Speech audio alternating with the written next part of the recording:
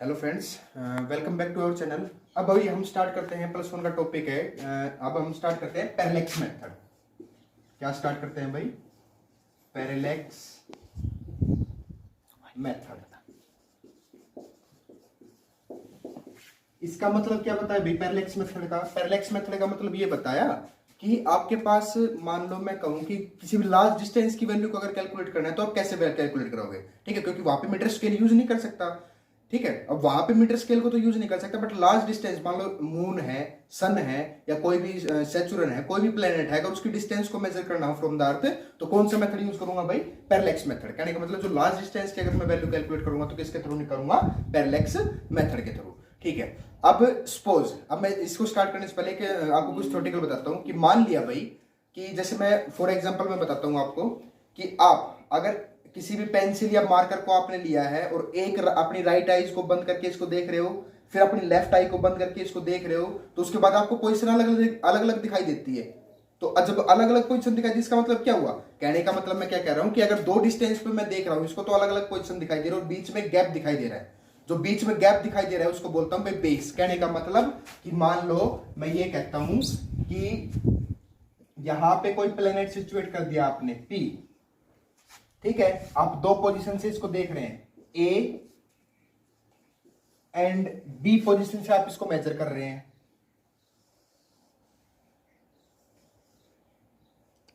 ये अब जो बीच में जो डिफरेंस बचा है, इसको बोलता हूं भाई बेस। क्या बोलता हूं? बेस। ठीक है, अच्छा जी। अब यहां पे एक एंगल सबटेंड होगा इन दोनों के बीच में। जब मैं पैरेलैक्स मेथड को करूंगा तो इन दोनों के बीच में क्या होगा? एक एंगल सबटेंड होता है। मान लिया इस एंगल को मानता हूं भाई theta, and this angle is known as parallax method, parallax angle और पैरालैक्टिक एंगल। ये जो एंगल आया है इसको पैरेलैक्स एंगल बोलूंगा या फिर कोई भी पैरालैक्टिक एंगल। अब सपोज जैसे हमने किया था भाई, कोई भी अगर मैं बात करूं एंगुलर डिस्प्लेसमेंट की, एंगुलर सिमिलरली बता रहा हूं, एंगुलर डिस्प्लेसमेंट के लिए क्या किया था? एक सर्कुलर पाथ लिया था, सेंटर होता है। ठीक है, अब यहां सेंटर से मान लिया कि कोई भी पाथ इसने कवर किया, ये इसकी रेडियस होती है। ठीक है, ये इसने क्या किया? कोई भी आर्क के थ्रू किया कोई भी काम। तो अब क्या करता हूं, ये रेडियस होगी, ये लेंथ ले लिया, ये होता है, ये कोई भी एंगल सबटेंड करता हूं थीटा। अब यहां से अगर मैं थीटा की वैल्यू, एंगुलर डिस्प्लेसमेंट निकालता हूं, तो थीटा इज इक्वल टू क्या करते हो? L/R, बेस अपॉन में जो आपके पास रेडियस आई है। ठीक है, तो सेम इसी तरीके से अब मैं क्या मानता हूं, यहाँ पे बेस है। अब इस बेस को अब मैं एक, ये जो PA की डिस्टेंस को मैंने मान लिया कि कुछ बहुत ज्यादा डिस्टेंस पे है, D मान लिया। सेम एज PB रहेगा, ये भी कुछ डिस्टेंस रहेगी, ये भी D मान लिया। अब ये जो मेरे पास AB बचा है, बेस बचा है, इसको मैंने मान लिया भाई, मान लिया कि बेस एंगल जो मैंने था मेरे पास वो मैंने क्या मान लिया? B। अब अगर यहां से पैरेलैक्स मेथड आपको निकालना है, तो पैरेलैक्स मेथड निकालना है तो सेम यही तरीके से अगर मैं करता हूं, then angle theta is equal to में जो बेस जो मेरे पास आगे रहेगा, बेस आगे रहेगा तो B बाई जो मेरे पास डिस्टेंस है, जो मेरे पास रेडियस में अगर बोलूं तो जो मेरे पास रेडियस, तो यहाँ पे तो क्या थी? R, बट यहाँ पे क्या है? डिस्टेंस दोनों के बीच की, D। Then theta is equal to में अगर मैं यहाँ पे मल्टीप्लाई करता हूं, then theta D is equal to में B। मतलब जो बेस मेरे पास बराबर रहेगा वो किसके बराबर रहेगा? थीटा जो एंगल सबटेंड किया गया है इनटू में जो डिस्टेंस है इज इक्वल टू में जो बेस जो मेरे पास वहां पे इन दोनों के बीच की डिस्टेंस की अगर मैं मेजरमेंट करता हूं। फॉर एग्जांपल मान लिया कि अगर मैं मून को देखता हूं या सन को देखता हूं, मैंने ए पोजीशन से सन को देखा, ये डिस्टेंस पे, बी पोजीशन से देखूंगा तो भी ये डिस्टेंस रहेगी। बट अगर मैं बता रहा हूं कि अगर आंख को क्लोज करने के बाद देख रहा हूं तो कुछ बीच में गैप बनता है, तो वो गैप को मैं वो क्या बोल रहा था भाई?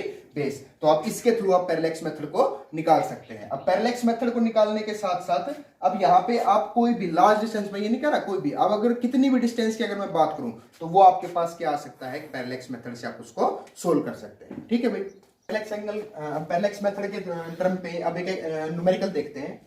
The moon is observed from two diametrically opposite point A, two diametrical opposite points A and B on the earth. अर्थ पे देखा गया भाई, A and B क्या देखा गया? अर्थ पे। ये मान लिया A और B हमारे पास अर्थ पे देखा गया। मून देखा गया है, मून मान लिया।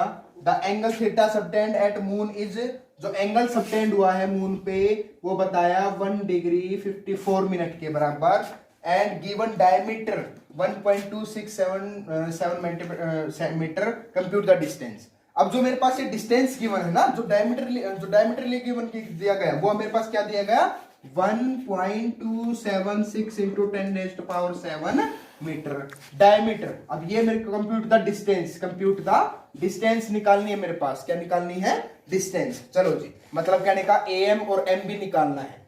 चलो निकालते हैं भाई, बट उससे पहले एक बार एंगल की मैं बात करूं तो ये मेरे पास आया 1 डिग्री 54 मिनट। अब एक बार डिग्री कन्वर्जन में आपको बताता हूं क्या होता है डिग्री कन्वर्जन में। 1 डिग्री इज इक्वल टू में, अगर मैं रेडियन में चेंज करने की कोशिश करूं then 1 degree is equal to में 2 पाई अपॉन में 360, क्योंकि कंप्लीट सर्कल एक बार कितने का होता है 360 का एंगल बनाता है, तो 2 पाई अपॉन में 360। थोड़ा सा और सोल्व आउट करता हूं तो मेरे पास क्या बनेगा पाई अपॉन में 180, पाई अपॉन में 180। जब इसको सोल्व करता हूं पाई अपॉन में 180 को, पाई की वैल्यू कितनी होती है 3.14 अपॉन में 180। जब इन दोनों को सोल्व करता हूं, सोल्व करने के बाद भाई मेरे पास वैल्यू आती है 1.745 इंटू 10⁻⁻2 रेडियन। अब किसमें चेंज हो गया 1 डिग्री, किसमें चेंज कर दिया मैंने रेडियन में। अब 1 डिग्री, अगला कन्वर्जन मैं बताता हूं कि 1 डिग्री इज इक्वल टू में मैं बात करूं भाई 60 मिनट के बराबर होता है। 1 डिग्री किसके बराबर होगा 60 मिनट के, और 60 मिनट अब किसके बराबर हो गया सेम वही चीज 60 minute. 1 degree is equal to 60 minute लिख दूं तो इसके बराबर ही कन्वर्जन आ गया, तो मतलब ये ही आ गया 1.745 इंटू 10⁻⁻2 रेडियन। ये तो बात होगी डिग्री की। अब मैं बात करता हूं मिनट की। अब 1 मिनट में अगर मैं रेडियन में कन्वर्जन करूं तो अब 1 डिग्री में तो 60 मिनट, और एक मिनट में कितने हो जाएंगे, कितनी डिग्री हो जाएगी 1/60, ठीक है, मल्टीप्लाई। अब रेडियन में चेंज करना है, पाई अपॉन में 180 इज इक्वल टू में 1/60 इंटू में पाई अपॉन 180 की वैल्यू तो अभी कितनी निकाली आपने 1.745 इंटू 10⁻⁻2। जब इन दोनों को सोल्व आउट करता हूं तो आपके पास वैल्यू कैलकुलेट होके आती है भाई 2.91 इंटू 10⁻⁴ रेडियन। कितनी आएगी जब आप इन दोनों को सोल्व आउट करोगे तो आपके पास वैल्यू आएगी 2.91 इंटू 10⁻⁴ रेडियन। और ये इसलिए करा रहा हूं क्योंकि आगे कोई भी न्यूमेरिकल करोगे तो न्यूमेरिकल पोर्शन को सोल्व करने के लिए आपको इनकी जरूरत पड़ेगी। मिनट की बात होगी। अब सेकंड की बात करता हूं। जो 1 बार लगाया वो मिनट के लिए, डबल बार जो लगाया है वो किसके लिए सेकंड के लिए। इज इक्वल टू में 1/60 इंटू में 60 हो जाएगा क्योंकि एक बार तो मिनट बन गया, दूसरा किस में बन गया सेकंड में, इंटू में पाई अपॉन में 180 इज इक्वल टू में 1/60 इंटू में 60 मल्टीप्लाई पाई बाई 180 की वैल्यू तो अभी निकाल रखी है 1.745 इंटू 10⁻⁻2 इज इक्वल टू, जब इन दोनों को सोल्व आउट करोगे तो आपके पास वैल्यू कैलकुलेट हो कहती है भाई 4.85 इंटू 10⁻⁻6 रेडियन। ये आपके पास इन दोनों का सॉल्यूशन है। कहने का मतलब 1 डिग्री को याद रखना है, ये होता है इसके बराबर 1 मिनट को याद रखना है 2.91 इंटू 10⁻⁴, 1 सेकंड को बराबर याद रखना है 4.85 इंटू 10⁻�6 रेडियन। क्योंकि आपके पास जब भी आप अर्थ से मून की या अर्थ से सन की डिस्टेंस की कैलकुलेट की वैल्यू करोगे तो हमेशा रेडियन में निकालने कैलकुलेट करनी पड़ेगी, उसकी चीज के लिए आपको ये चीज जरूरत पड़ेगी। ठीक है भाई। अब मैं बताते हैं कि न्यूमेरिकल पोर्शन के बारे में। अब भाई न्यूमेरिकल की बात करता हूं। The moon is observe from the two diametrical opposite point A and B. ये आपके पास एंगल गिवन है, थीटा इज इक्वल टू आपके पास गिवन कर दिया 1 डिग्री 54 मिनट। एक ही उसके कन्वर्जन बना देता हूं क्योंकि 1 डिग्री इज इक्वल टू में किसके बराबर 60 मिनट के बराबर, तो 60 प्लस 54 114 मिनट के बराबर आ गया। किसके बराबर आ गया 114 मिनट के बराबर। चलो जी, अब थीटा इज इक्वल टू में 114 मिनट के बराबर आ गया। मिनट का कन्वर्जन करने के लिए मैंने क्या किया, डिग्री में कन्वर्जन करने के लिए मल्टीप्लाई बाई 60, ठीक है, इनटू में। अब 1 मिनट का जब मैंने अभी निकाला था, 1 मिनट का कन्वर्जन करके रेडियन में निकाला था तो वैल्यू मेरे पास आई थी जब मेरे पास कैलकुलेट करने के बाद 4.85। अब क्या किया, ये तो मिनट था 114 इंटू में या 114 मिनट आ गया। अगर मिनट को अब मैंने क्या कर दिया कन्वर्जन किस में बनाने के लिए, अब मैंने सेकंड में बनाने के लिए क्या कर दिया, इसको कन्वर्जन कर दिया 114 इंटू में 60 कर दिया तो किस में आ गया सेकंड में आ गया। अब सेकंड का कन्वर्जन जब हमने किया था लास्ट में, तो रेडियन में वो कितना आया था 4.85 into 10 raise to power minus का 6 रेडियन के बराबर आया था भाई। अभी क्या था कि 1 सेकंड इज इक्वल टू में 4.85 इंटू 10 रेज पावर माइनस का 6 रेडियन।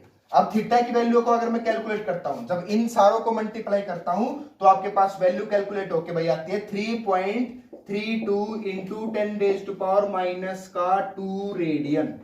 किसके बराबर? 3.32 into 10 raise to power minus का 2 रेडियन के बराबर आएगी जब आप इन दोनों को सोल्व आउट करोगे। चलो ये तो आपके पास हो गया एंगल, जो मेरे पास अब एंगल की वैल्यू आ गई। ये मेरे पास ए बी की डिस्टेंस दे रखी है, क्योंकि क्या गिवन है, द गिवन डायमीटर, जो मेरे पास दोनों के बीच का डायमीटर दे रखा है वो ए बी, मतलब बी दे रखा है। बी का मतलब क्या हो गया, ए बी, दैट इज वो आपके पास गिवन है 1.276 इंटू 10 रेज टू पावर 7 का मीटर। ठीक है, अब निकालना क्या है, कैलकुलेट द डिस्टेंस, कितने डिस्टेंस पे आप वो मून को देख पा रहे हैं। देन मेरे पास अभी हमने पैरेलैक्स मेथड किया था, तो पैरेलैक्स मेथड में बताया था d इज इक्वल टू में b बाई थीटा। अभी बताया था d इज इक्वल टू में b बाई थीटा, या फिर दूसरी टर्म में हमने पढ़ा था कि थीटा इज इक्वल टू में क्या, कि बेसिस अपॉन में d, जो मेरे पास डायमीटर है, जो मेरे पास डिस्टेंस है। ठीक है, देन b अपॉन में d। अब यहां से मेरे को निकालना क्या है, कंप्यूट द डिस्टेंस, d निकालना है। Then d is equal to में b की वैल्यू कितनी गिवन है, b की वैल्यू आपके पास गिवन है 1.276 into 10 raise to power 7 upon में आपके पास कितना गिवन है, थीटा। थीटा आपके पास गिवन है 3.32 into 10 raise to power minus का 2। जब इन दोनों को सोल्व आउट करता हूं, जब इन दोनों को सोल्व आउट करने, अब भाई दोनों को सोल्व ऊपर करूंगा तो मेरे पास कितना प्लस में आ जाएगा, ये वैल्यू चली जाएगी ऊपर प्लस में। तो अगर आप सोल्व करोगे इसको दोनों की वैल्यू को, तो सोल्व करने के बाद आपके पास एक वैल्यू आएगी 3.84 into 10 raise to power 8 meter. कितनी आएगी भाई, 3.84 into 10 raise to power 8 meter के बराबर। क्योंकि कैसे है भाई, जब ये ऊपर जाएगा तो आपके पास कितना हो गया, 9 हो गया। ठीक है, अब सिर्फ ये डिवीजन बचा है, ये डिवीजन बचाने के लिए मैं क्या करूंगा, अब पॉइंट देखता हूं, 1 2 3, यहाँ पे 2 पॉइंट है। अब पॉइंट की अगर मैं कन्वर्जन के लिए बात करूंगा तो क्रॉस आउट करूंगा, क्रॉस आउट करने के बाद अब एक्चुअल में देखता हूं तो 332 इंटू में 3 से मल्टीप्लाई करके देखता हूं, देन 3 2 6, 3 3 9, 3 3 9। अब 4 पे करने के बाद ये इससे फालतू चला जाएगा, क्योंकि 332 इंटू में 4 करूंगा तो 8 12 4 3 12 और 1 13, ये आएगा 1328। ये पहले ही 1276 है, तो मेरे पास 3 पे जाएगा। 3.84 into 10 raise to power 8 meter की वैल्यू आपके पास, ये जो डिस्टेंस आपके पास आई है that is 3.84 into 10 raise to power 8 meter की डिस्टेंस है। कहां से, ए पॉइंट से और बी पॉइंट से मून की डिस्टेंस कैलकुलेट करने के लिए। तो ये आपके पास यहाँ पे पैरेलैक्स मेथड था, और इसी प्रकार से आप इसको सोल्व कर सकते हैं किसी भी एंगल की अगर मैं बात करूं। ठीक है, अगर थोड़ा सा चेंज क्या कर सकता है भाई, एंगुलर प्रोजेक्शन में दे सकता है। क्या चेंज कर सकता है, एंगुलर प्रोजेक्शन में। एंगुलर प्रोजेक्शन में सिर्फ क्या चेंज करेगा, वहां पे आप थीटा की बजाय आपको पास एंगल दे दिया जाएगा, that alpha is equal to में सेम पोर्शन रहेगा, अल्फा इज इक्वल टू में बी बाई डी, क्योंकि पैरेलैक्स मेथड कभी भी चेंज नहीं होगा अगर आप किसी भी लार्ज वैल्यू को कैलकुलेट कर रहे हैं तो। Thank you.